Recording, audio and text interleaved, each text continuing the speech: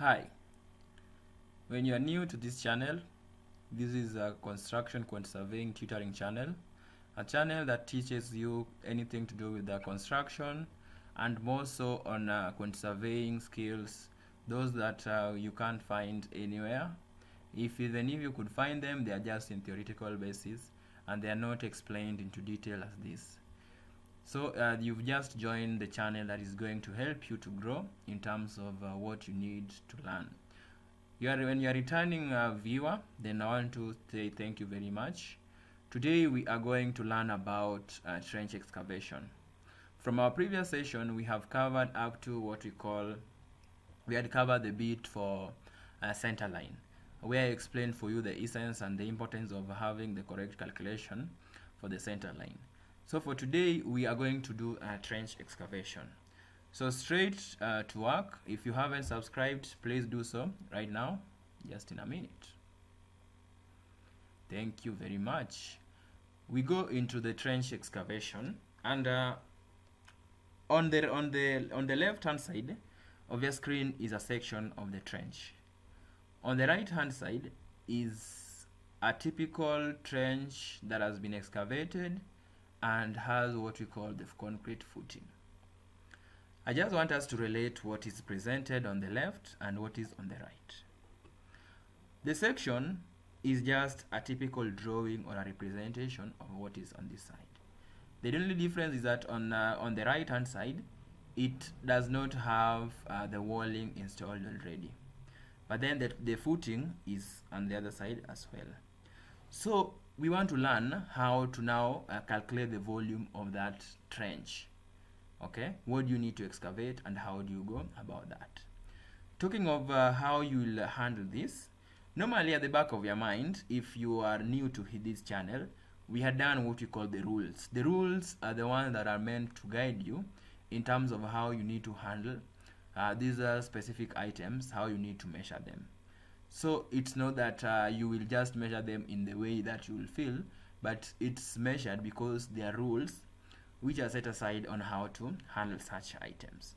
Talking of the rules, in this particular part, we've been doing what we call summary of the rules.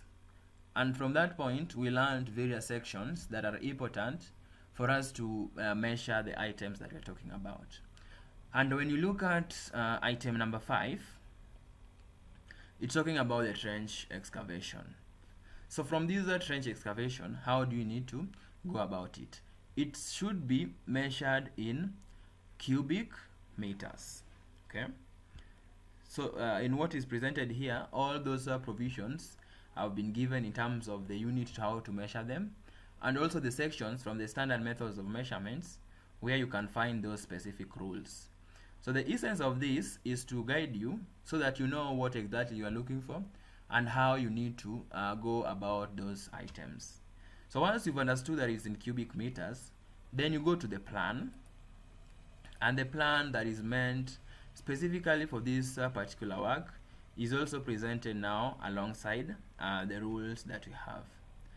Having set aside your what we call the traditional dimension paper, then you now need to go straight into seeing or into getting what you need. So for this particular plan, and the reason I also presented you with this image, so is that you are able to relate that for instance, you can see in this particular image, okay, that is presented also, on the external edge or the external strip, you should just go for the center line. And that is why in our previous session, we calculated what we call the center line. Okay? And just a few second recap on the same. While we were doing so, we were able to see, we were able to see what we call how to go about the center line. And the center line basically is going from the external, was meant for the external wall. Okay, so that means when you go through the external wall, the whole of it, then you are able to find the length. So that is what we did. Okay, and we managed to balance including the recesses and so on.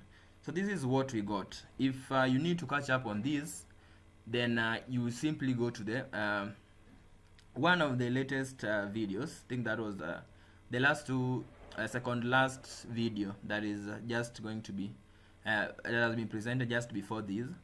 It's showing very well how we got to arrive to our center line. Okay, so when this is understood, which if you haven't understood it, you can just put it down on the comment so that we revisit privately, or rather you can just go to that video and be able to follow through so that you are able to understand how we got to our center line. Okay, and of course I believe that you can see the dimensions which are here, so that you can also try to find out this on your own if at all you can manage to find to calculate it. So what is here is showing you the dimensions. This is the plan, this is the center line. Okay, so normally you will do it in two ways. You will do it in two steps. I mean, for step one, just get for the total length for the external strip footing.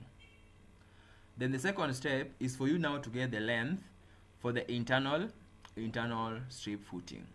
And from this image, it will now be evident that once you've done the external center line, it's going to be having both spread.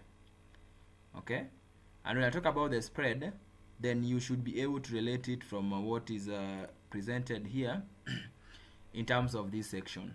So it's having both internal and the external spread.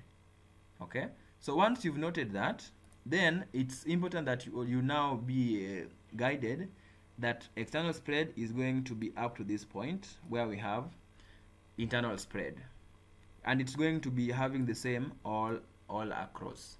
Therefore, the length for the center line, or the length for the internal wall, it's going to be the total, which you just check from what is here.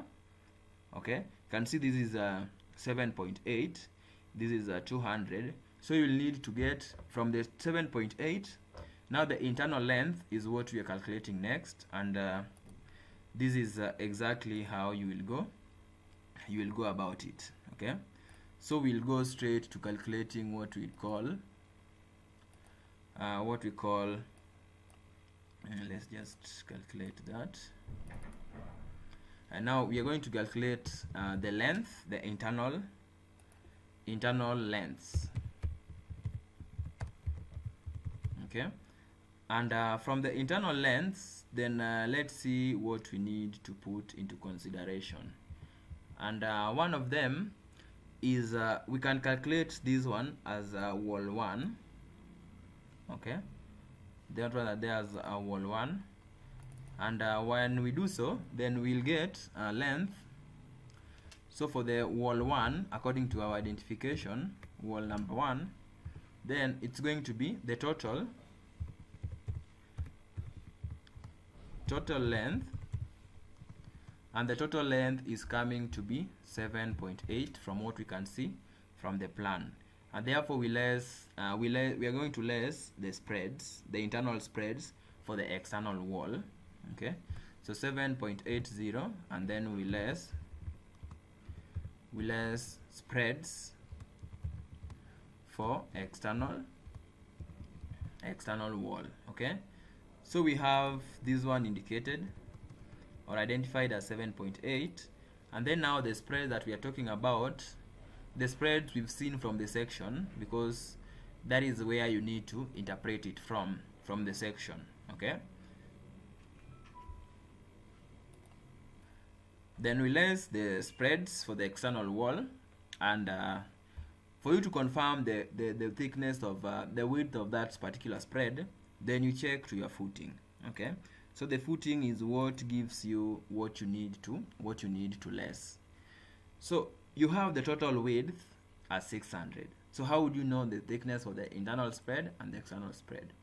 Normally, for the structural stability purposes, the wall is normally located at the center, unless otherwise. In some cases, it might be at the edge and so on, but in most cases, you can always just make a rightful judgment, and you see that it's at the center of that particular footing. So when it's at the center, then you now need to take the total width, which is 600, then you less the width for the wall, the thickness for the wall. In this case, it's 200. Once you less the 200, then you remain with 400. 400 divided by 2 gives you 200. So it's 200 on the external side, external spread, and another 200 on the internal spread. So you have your spread to be 200 millimeters.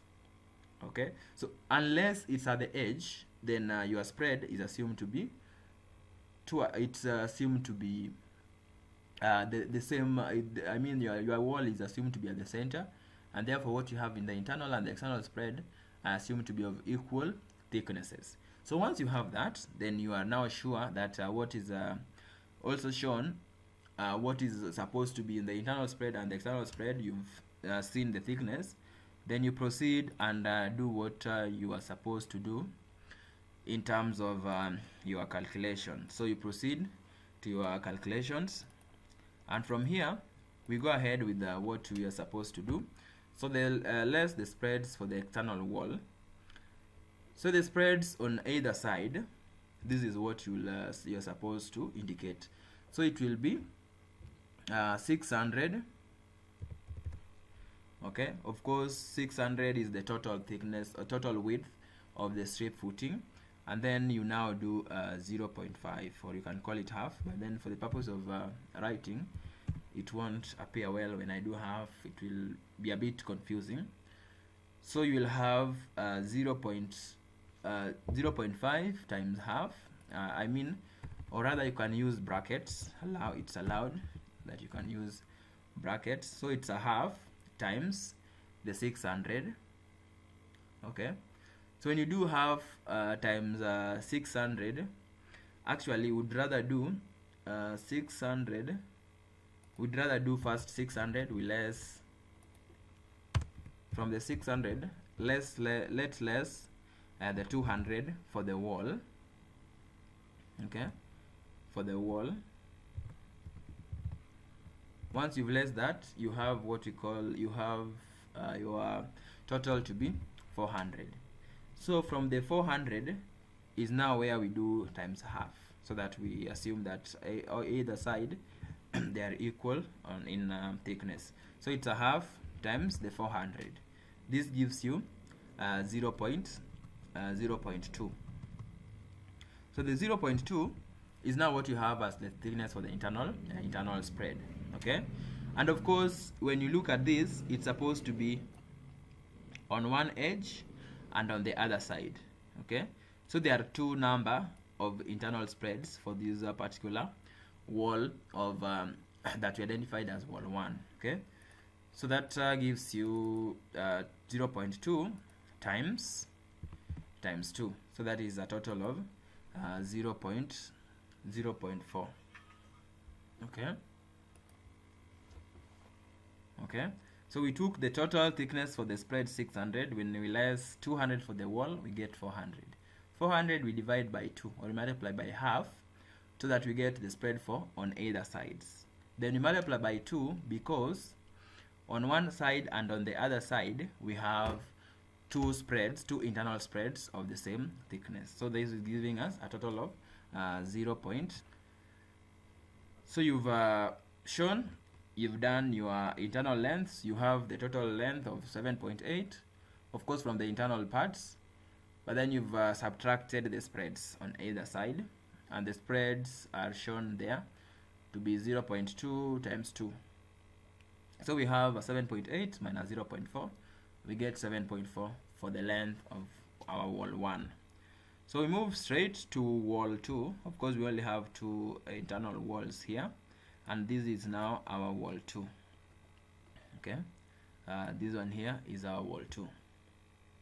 So for the wall 2, we'll do the same thing. That is why it's always important that you understand the concept, because once you understand the concept, even if those dimensions were given from the edges of the external wall, you are able to maneuver because you know exactly what you are supposed to be heading to, or what your target is. But because these lengths, they have been given on the internal side, okay, if you look at this, it's 4.7, and the 4.7 is at the edges, at the faces of the internal walls. And therefore, while you are looking for the length then it's the same principle that we applied for wall 1 is the same principle that we are also going to apply for wall 2. And therefore, your length should be coming from that point straight to this point. Okay? So you go and check, what do you have for the length? So for 4.7. Okay? So we go and calculate our what we have. So we go and calculate length for wall 2. Okay, so how do you go about that? Take the total length the same way we are done for the previous one. Total length is equals to 4.7. okay, 4.70. So once you have your 4.70, then the next thing is for you now to get what you are lessing, what you are subtracting. Okay, having calculated it just right above, then there is normally no need for you to also just try to break it down again at that particular point.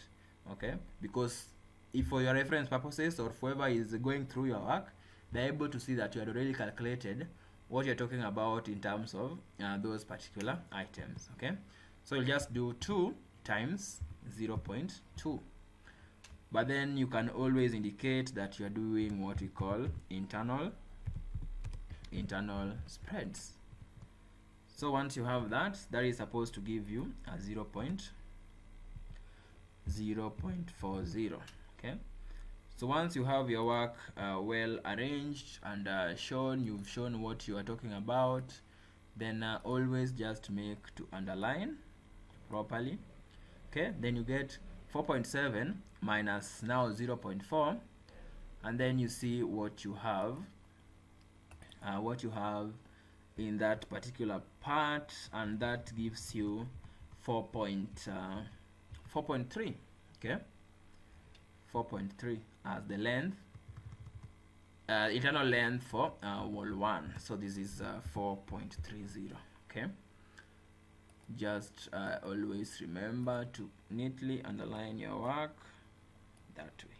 Okay, perfect. So we have 7.4 and we have 4.3 for the length for the internal walls.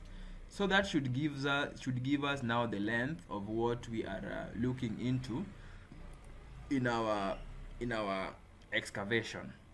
So this is just a recap or a reminder that this is what you are shown and this is how to add to that particular point. Okay, so once you have that properly entailed or properly explained, then you now proceed and now get what you call the volume for the trench. And as usual, our rules are what guides us all through. So we always need to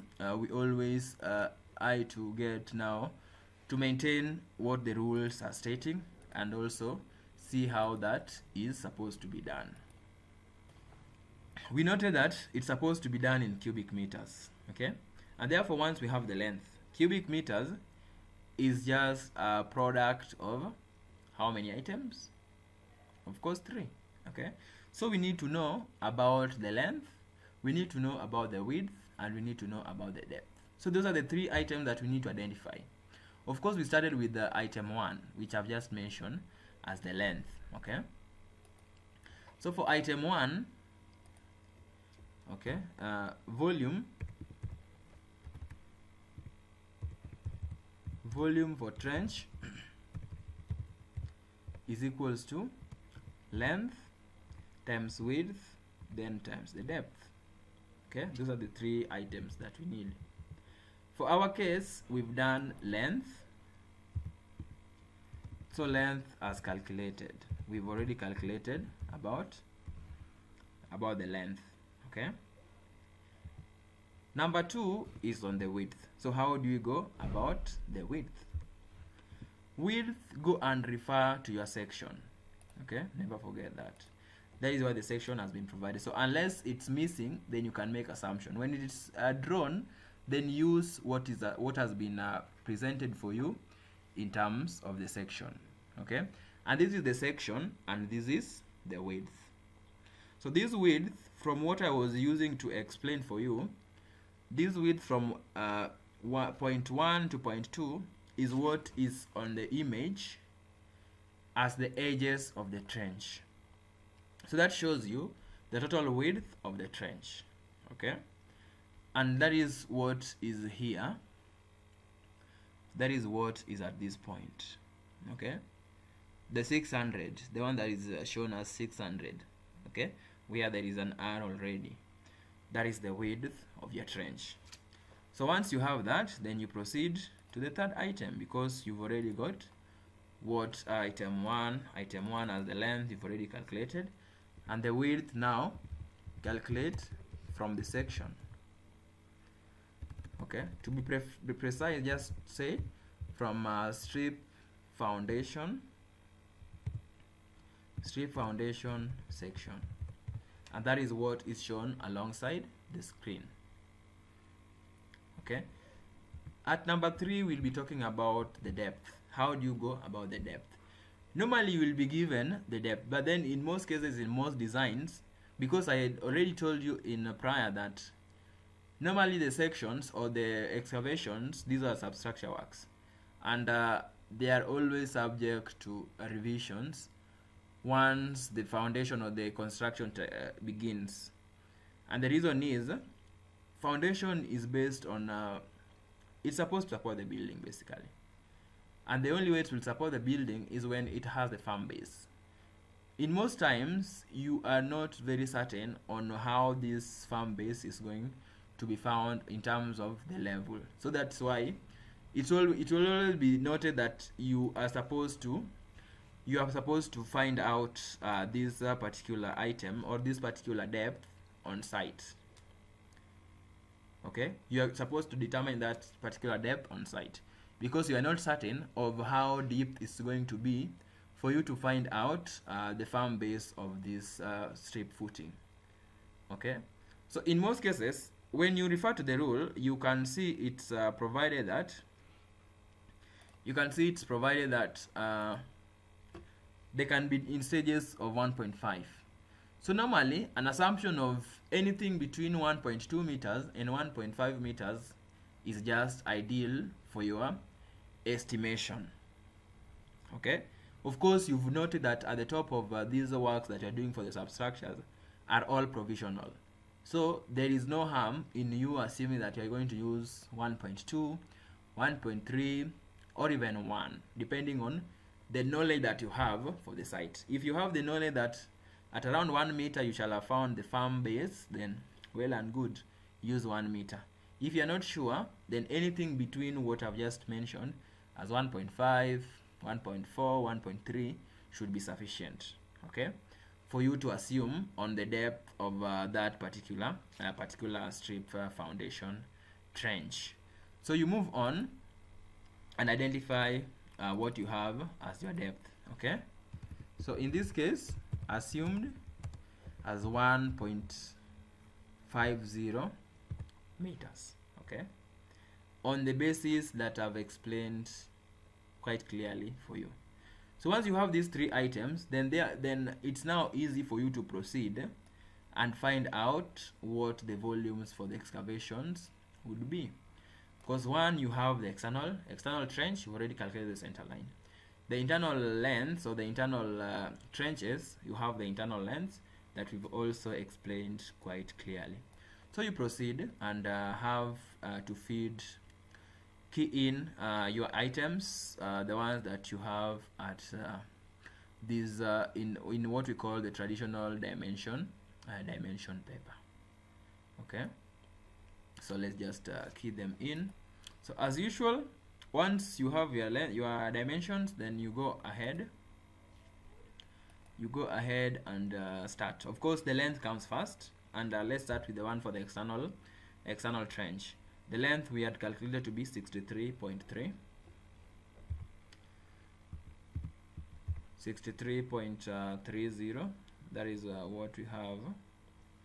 Of course, just to make sure you have your items indicated properly. So that is the length. The width we have also seen to be 0.60.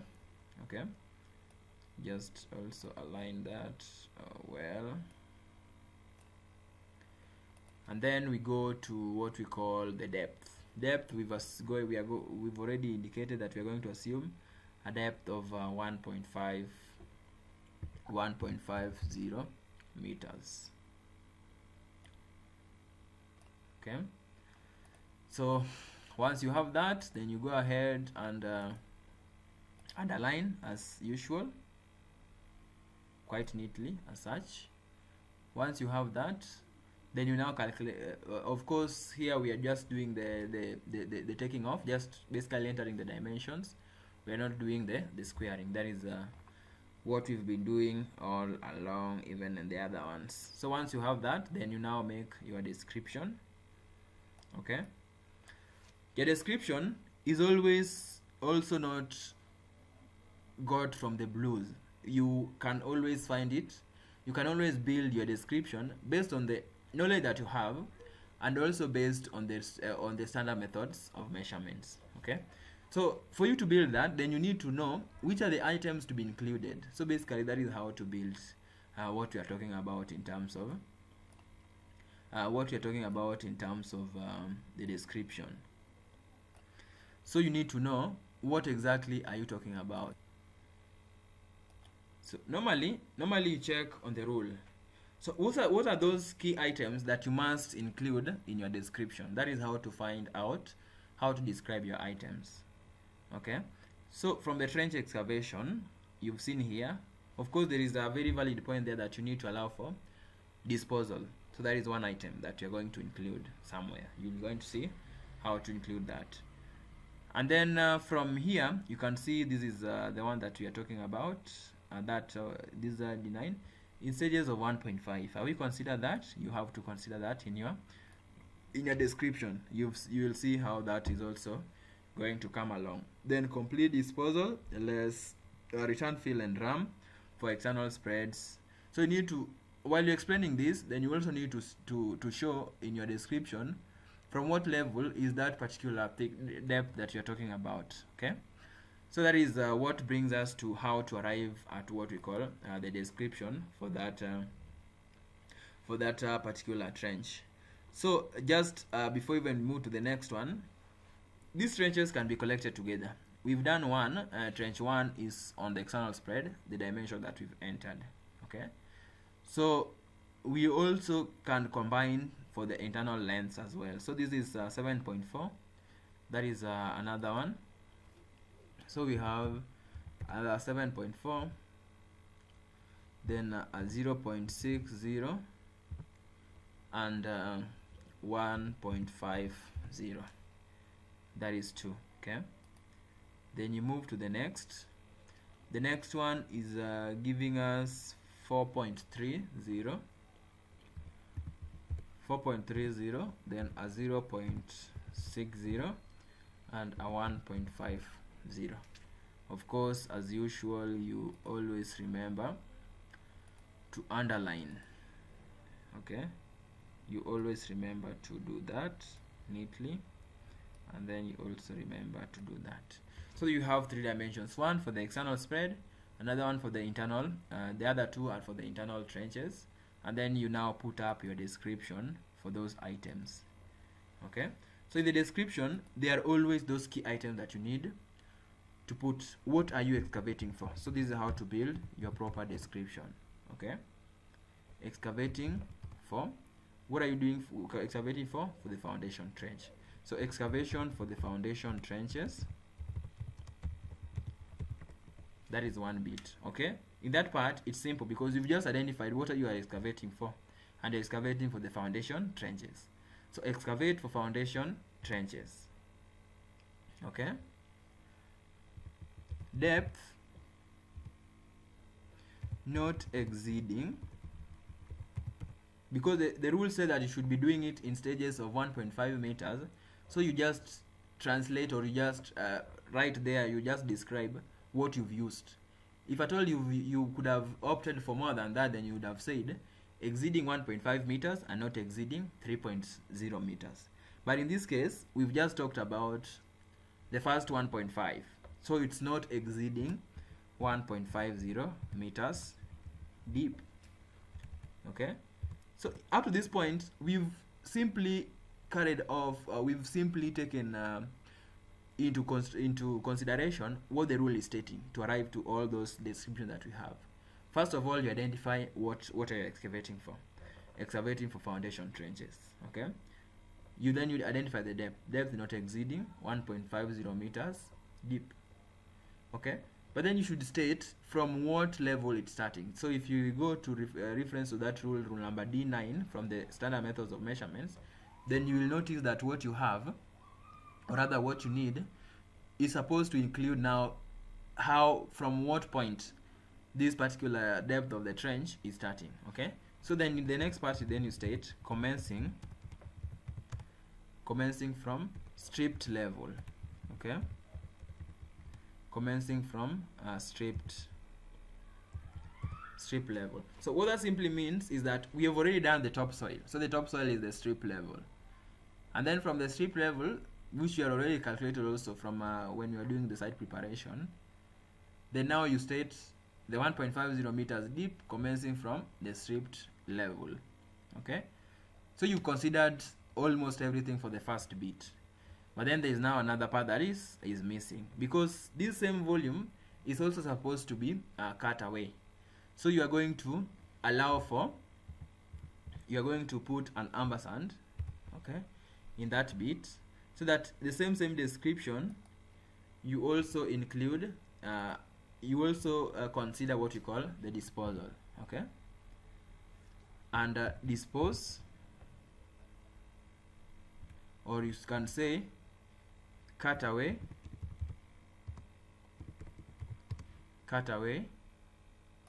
or rather just talk about and dispose from here,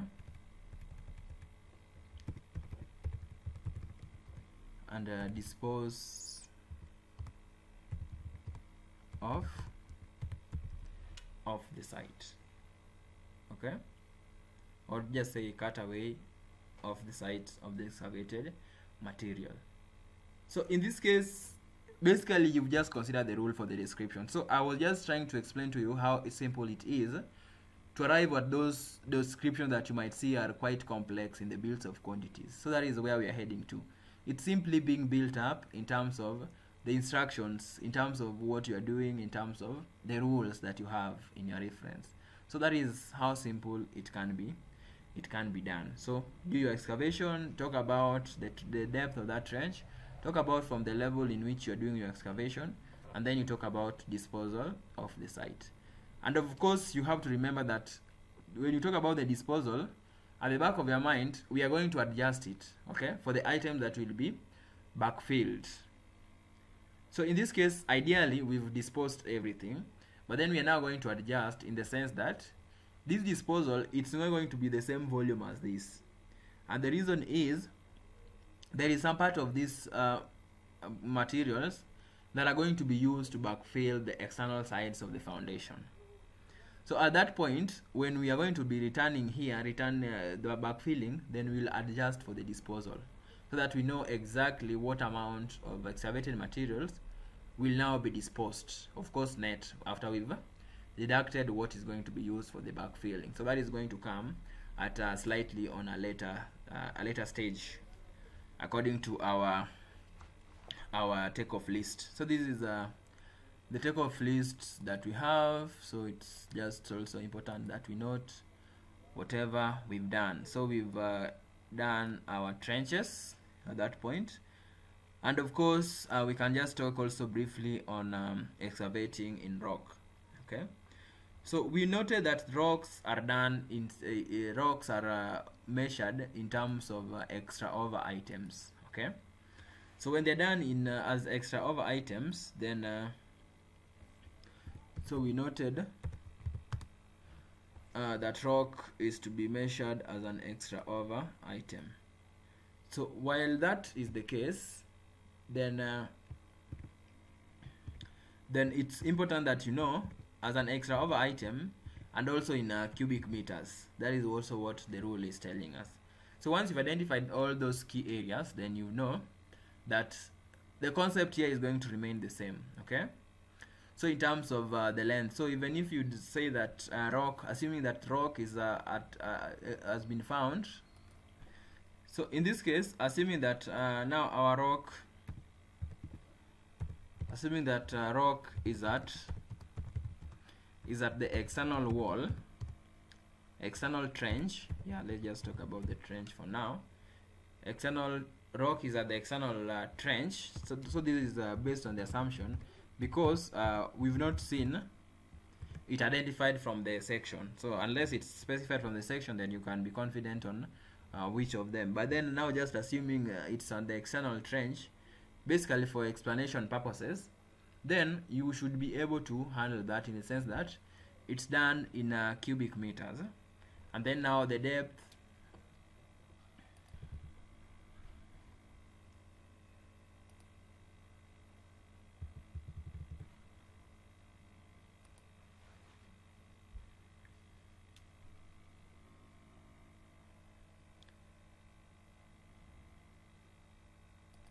now, assuming that the rock is at the depth of let me say 300 millimeters, just want to use that for illustration in terms of how you're going to arrive at our depth for the rock excavation, and assuming that it's also just at the external trench. So we see straight away how we are supposed to handle that particular item. So of course, the external wall, we've already gotten our length to be 63, external trench, that is we got it to be 63.30. so just note that in terms of what you have. Then next is now the width, 0.60, and then we are assuming that we only have around 0.50 meters in terms of the depth. So once you've expressed that, then you're going to find the total depth of the total volume of what you have for the rock excavation. So of course you remember to underline quite properly, and then you describe. Of course, in the description shouldn't be a problem, and you shouldn't struggle to do it. You simply make a reference in terms of what is available for you at the rules of the standard methods of measurement. So that is what you take into consideration. So just put in place. Of course, remember to do it as extra over rock excavation. Okay, so the manner in which you put up your description should always just be heading, or should be focused on having to include everything that is involved in consideration to the rule. Any other thing that you might find is basically English, and it will be upon you to put up one that you'd wish. But then basically, just as long as you are considering what the rule is stating, then it's not a problem of how you are going to express your description. So that is it for our session of our session that we have organized for today. So we've done excavation in rock, keeping excavations. Of course, let's also talk about the two items. So item 6 and item 5, those are measured as items. That is what we could cover from our session that was talking about the rules. Okay, so we've done the rock excavation, cubic meters, and now we are talking about disposal of water is measured as an item, and then planking and strutting, or keeping sides of excavation, is also done as an item. So this is also from D19. So this is just the list of our rules that we had identified. So in terms of you putting up measurement of those items, you simply note what you have. Okay, and in this case here we have now just the unit of measurement. That is what you indicate there. They are done as items. Okay, so when they are done as items, simply indicate item, and that is it. Then you underline properly, as we had said, and then you now put up your description. Okay, so in your description, just consider what you are supposed to consider in terms of the items that are needed. So you just make your description, which can always be considering all the 3 items. Okay, So the first one we talk about the rock, and then now we're talking about the items. So just make your description: keeping excavations free from water. That is first. Okay, and then you now combine the two descriptions because they're also going with the same item. Then one we've done keeping excavations free from water, and then we now talk about upholding all sides of excavation. So that is basically how we need to go through to go about that very bit which we are supposed to cover today. Okay, so the two items, just to make it even clearer, in this case we've talked about, now this is under the title for items, and the items are the ones that we've talked about just below. Okay, for excavations, keeping excavations free from water, and also upholding sides of excavation. And of course at this point we were talking about rock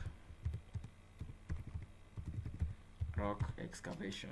Okay, so we have that properly indicated, and then of course these ones were trench excavation, and we've talked about that from this point. So far so good. That is what we ought to cover today for this particular session, till we meet again in our next session. So let's just mark what we've covered. We've covered the rock, that is the trench. We've also covered the rock, and we've also seen how to cover the free from water, and also planking and strutting. So in our next session we definitely go to concrete work, to cover about concrete blinding, concrete footing, and so on. So that basically brings us to the end of our session today, that for this particular session. So I'll just thank you very much for watching up to this point, and I'm positive that it was worthwhile. Just before you leave, kindly make a subscription so that whenever these videos drop in, you are always posted, and you always keep to learn from it. Enjoy learning with us, and if you need any private sessions, just find my contact. My contact is always at the description point. Just go to my channel description, get my contact, reach out, so that I can help you in your private sessions that you'd wish, of course at your very most convenient time. So thank you, and have a blessed time. Bye bye till we meet again in our next session.